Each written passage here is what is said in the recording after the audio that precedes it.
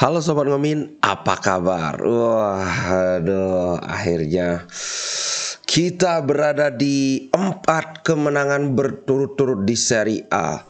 Akhirnya kita bisa lepas dari krisis. 5 kemenangan berturut-turut di semua kompetisi. Untuk Serie A 4 kemenangan berturut-turut setelah sebelumnya 1 bulan penuh kita berpuasa dari yang namanya menang.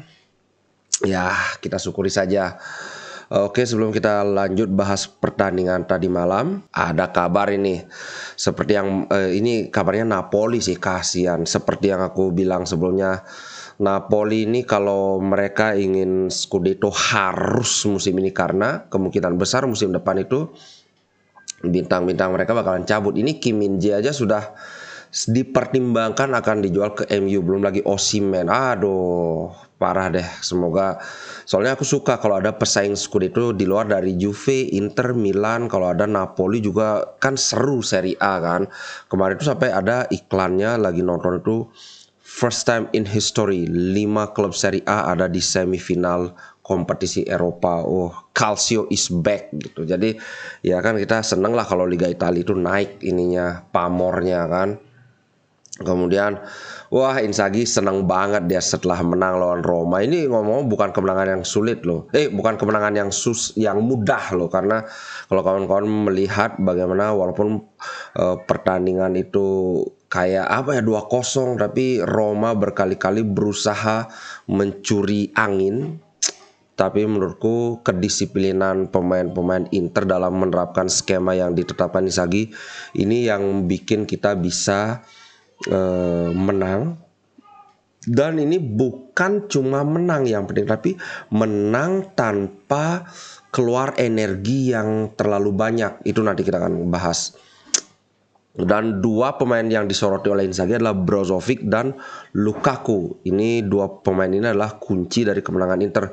Brozovic jelas lah, seperti pertandingan lawan Lazio, Brozovic kerasukan arwahnya sendiri yang dari musim lalu. Wah, Brozo is back bro. Aduh, kalau ngeliat Brozo main kayak gini jadi aduh, jangan dah dijual kayak gitu kan. Tapi entahlah, kita lihat aja nanti. Kemudian Darmian siap untuk derby. Ini sudah ngomongin soal nanti Liga Champion ini. Kan kabarnya Milan lawan Lazio itu Leo cedera kan. Walaupun Leo bilang enggak, cederanya enggak parah, udah bisa main ntar.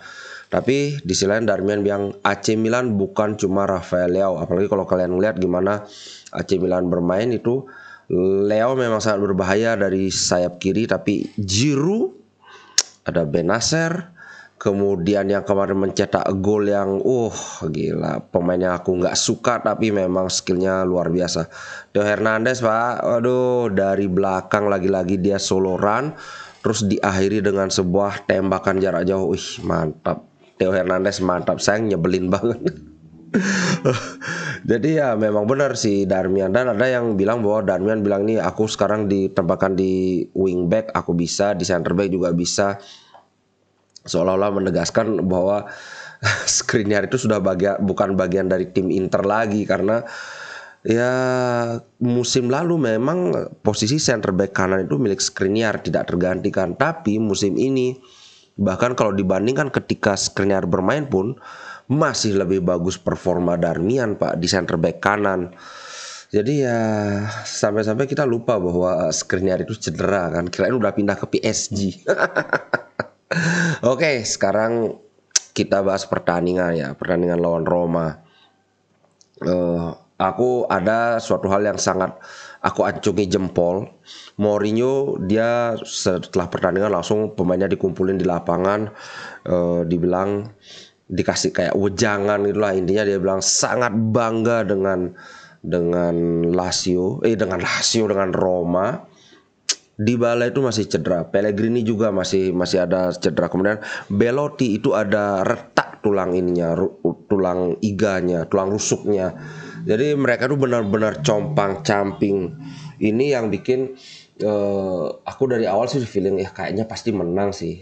Tapi yang penting itu bukan cuma sekedar menang, karena 3 hari lagi kita akan menghadapi Milan. Tapi bagaimana caranya kita menang tanpa menghabiskan terlalu banyak energi.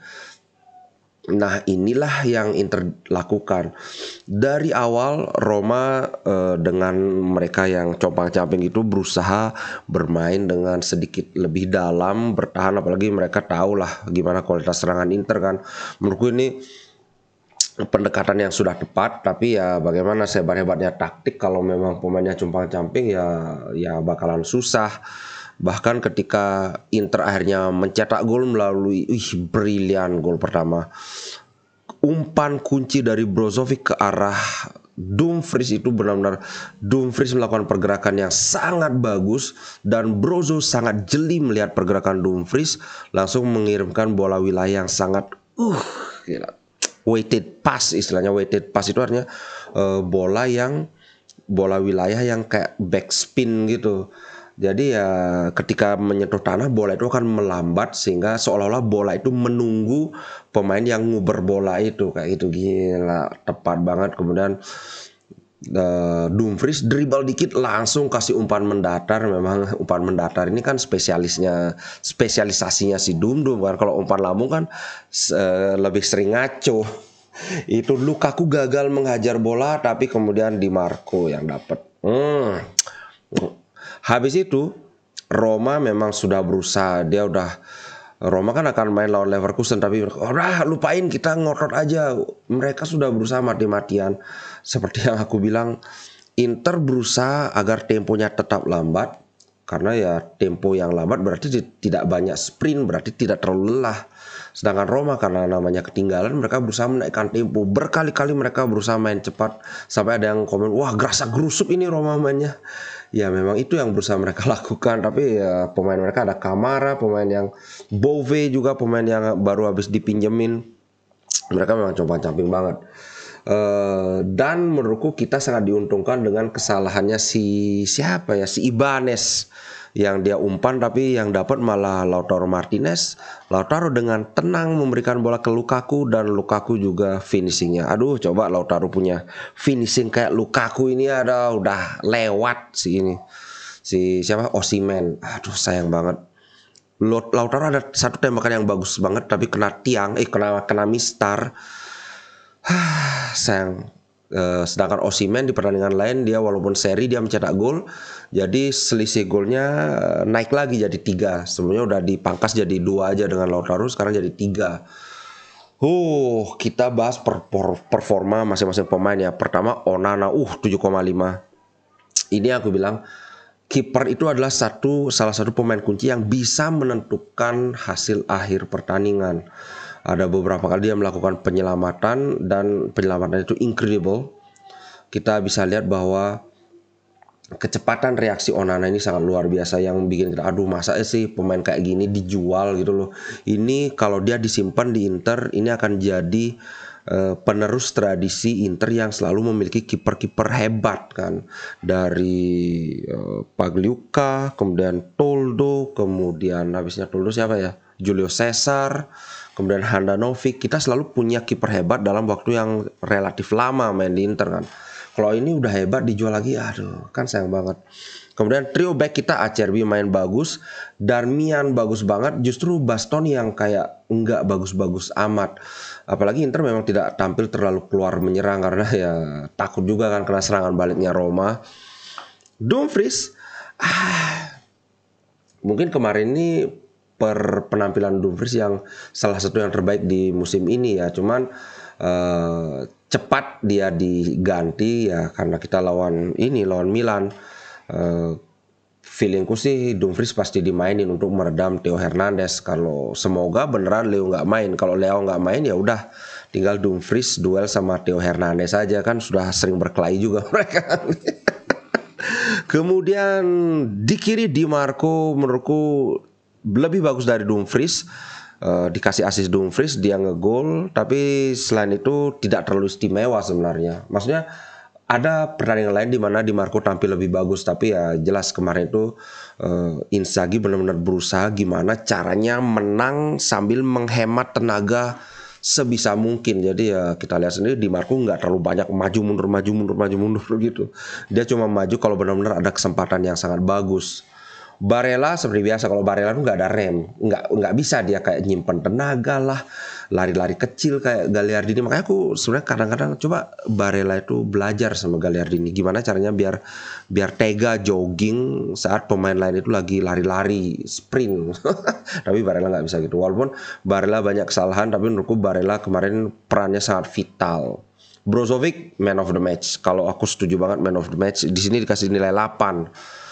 Wah, sebagai kapten iya, mengontrol tempo pertandingan iya, memberikan kayak apa ya, rasa aman untuk pemain-pemain Inter yang lain.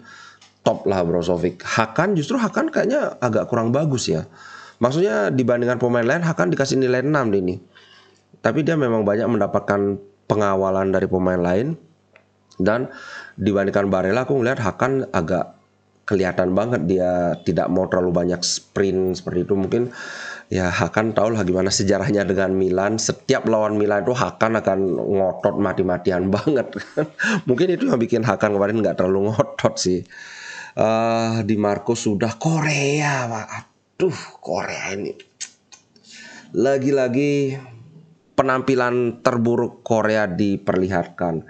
Kemarin kelihatan gimana dia punya skill, dia bisa dribble bola, tahu-tahu pas nembak ngehe. Terus ada lagi posisi bertiga, ada Lukaku, ada Di Marco di kiri. Dia ada sebenarnya kesempatan untuk melakukan tembakan, tapi dia nggak nembak, malah berusaha ngasih umpan cantik ke Lukaku. Tapi timingnya nggak pas, Lukaku malah sudah di depan duluan, bolanya di belakang Lukaku, glutuk-glutuk gitu. Aduh, belum Korea nih. Kalau gini ceritanya Korea jangan dimainin lah lawan Milan, kecuali udah aman. Kemudian Mkhitaryan ketika dia masuk tidak terlalu mengubah permainan, tapi menurutku Mkhitaryan menghadirkan balance yang sangat bagus di lini tengah Inter, memberikan cover untuk pertahanan. Ya itulah, apalagi Mkhitaryan kan sangat paham gimana karakter pemain-pemain Roma kan. Gagliardini no comment, males aku ngomongin Gagliardini, apalagi dia main juga menit keberapa sih, menit ke 80-an kan, nggak cukup untuk dikasih nilai. Stefan de Vrij cukup. Stefan de Vrij tampil cukup baik, tapi ya jelas kalau dibanding dengan Acerbi, lagi-lagi masih lebih bagus performa Acerbi. Sudahlah, Acerbi tebus saja 4 juta, kan lumayan, satu musim atau 2 musim kita bisa pakai.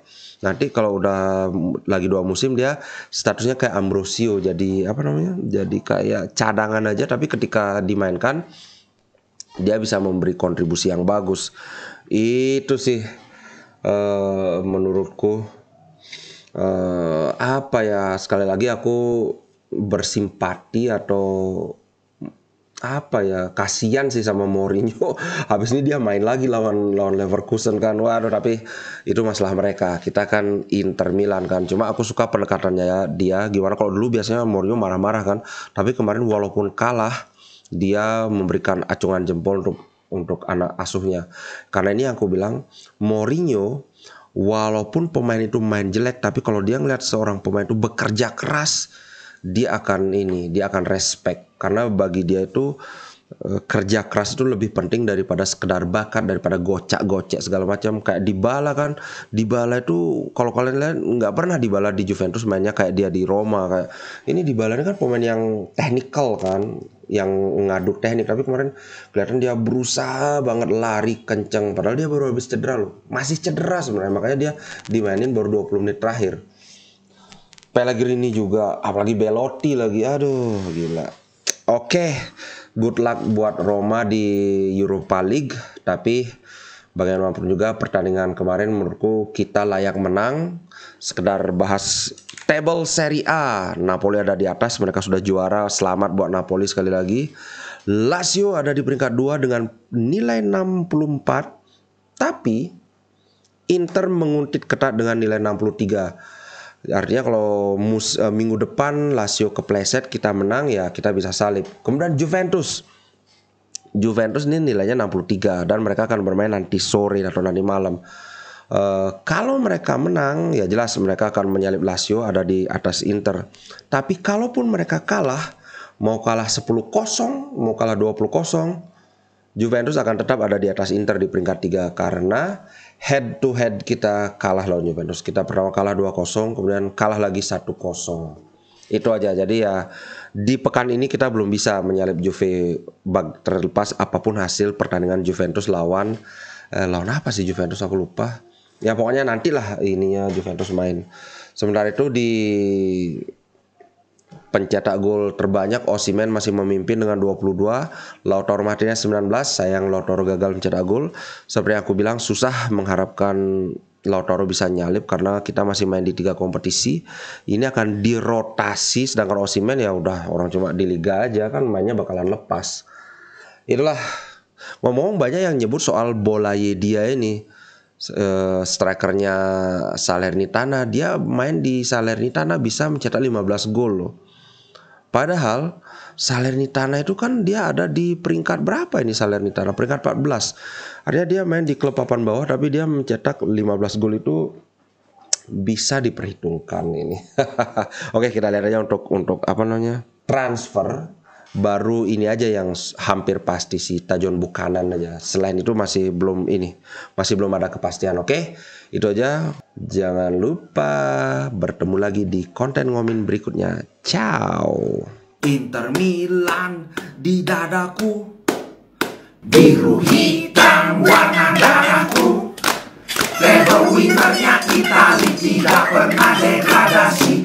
Inter Milan kebanggaanku.